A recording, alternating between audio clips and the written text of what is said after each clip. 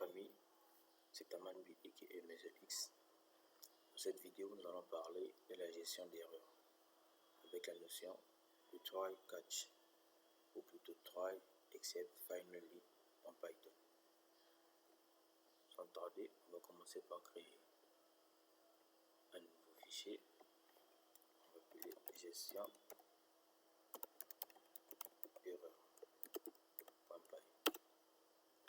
Un petit coup de CTRL 2 pour me laisser de l'espace. Et premièrement, je tiens à m'excuser pour ma voix aussi qui est un peu cassée parce qu'il y a la grippe qui me dérange un peu. La gestion d'erreur.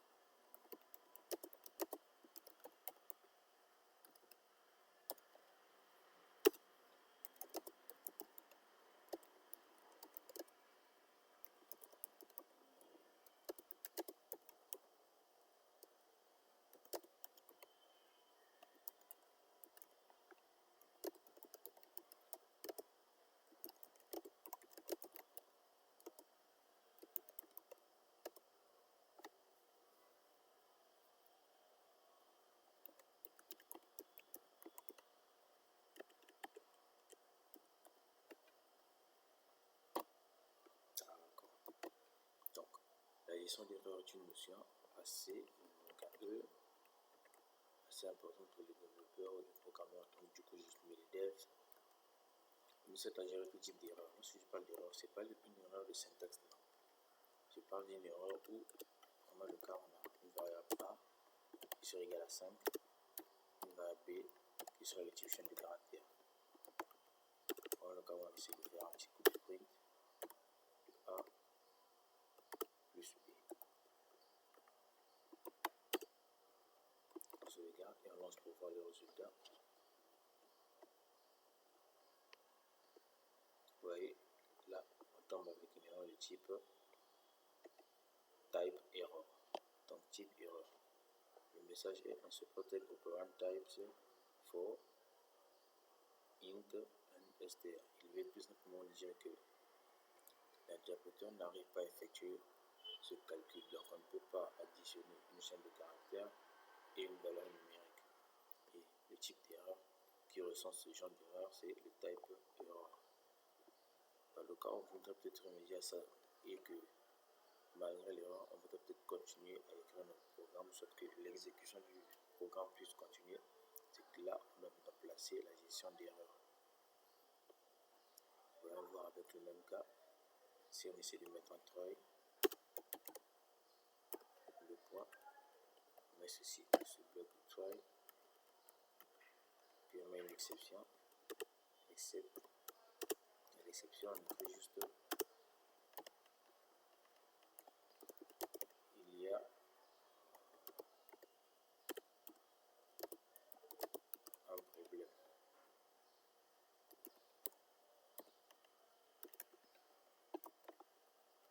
Normalement, si on enlève le try catch, nous devrions tomber sur cette erreur là. Mais avec le try catch, il va essayer, lorsqu'il va constater qu'il y a une erreur, il va directement sauter et tomber sur l'exception. Donc il va nous marquer il y a un problème. Vous voyez que là, donc il y a une erreur et il saute l'erreur en fait. Il vient directement sur l'exception. Mais bien sûr qu'on a pu peut-être gérer cette erreur là parce qu'on n'a pas affiché ni en console. Lorsque nous serons au niveau des interfaces graphiques, on va aussi voir comment on va monter les erreurs à la surface. Et là, on a juste le message qu'on va mettre, il y a un problème.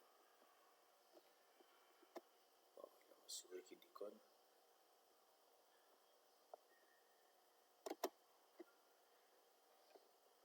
Je crois que j'ai mis ça ici.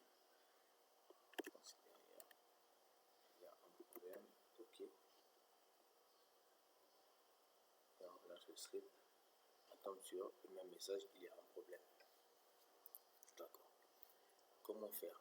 On voit juste qu'il y a un problème, mais on n'arrive pas à remonter quel est concrètement le problème. Pour avoir une idée sur le problème, essayez de remonter ici. Ok. Premièrement, on avait une erreur de type type error. Donc on peut recenser cette erreur là et l'ajouter et puis spécifier quelle est l'erreur. Donc du coup on peut faire ceci. Un coup de type error, on lui donne un alias, mais erreur. Donc du coup on prend notre erreur et la remonter ici. On l'ajoute tout simplement. Une fois qu'on relance notre script, on voit bien qu'il y a notre message qu'il y a un problème. Et ensuite, on se porter le point type. Bon, quand je mets 2 points pour que vous puissiez voir et que ce soit un peu plus clair. Je relance. Voilà, là il y a un problème. On se porte le point types for int and str. Donc il nous dit qu'il y a un problème et le problème c'est celui-ci. Et pour gérer, qu'est-ce que tu dois faire? On met un petit message pour éviter d'avoir tout ce qu'il y avait comme petit message un peu dégueulasse. Mais il y a un problème. Donc notre propre texte qu'on peut voir sur la console. Et ensuite on revoit l'erreur en question. Voilà le résultat. Et là, il y a un problème. Et le problème c'est celui-ci.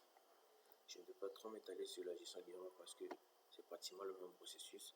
Il faut juste retenir que pour gérer une erreur, il faut d'abord avoir l'idée de quelle est la nature de cette erreur. Nous avons des zero division, name error, plusieurs types d'erreurs. Donc une fois que vous tombez sur une erreur, si vous voulez la gérer, pensez au try catch. Vous passez sur le try, vous mettez ce que vous voulez essayer, essayez des exceptions, vous gérez.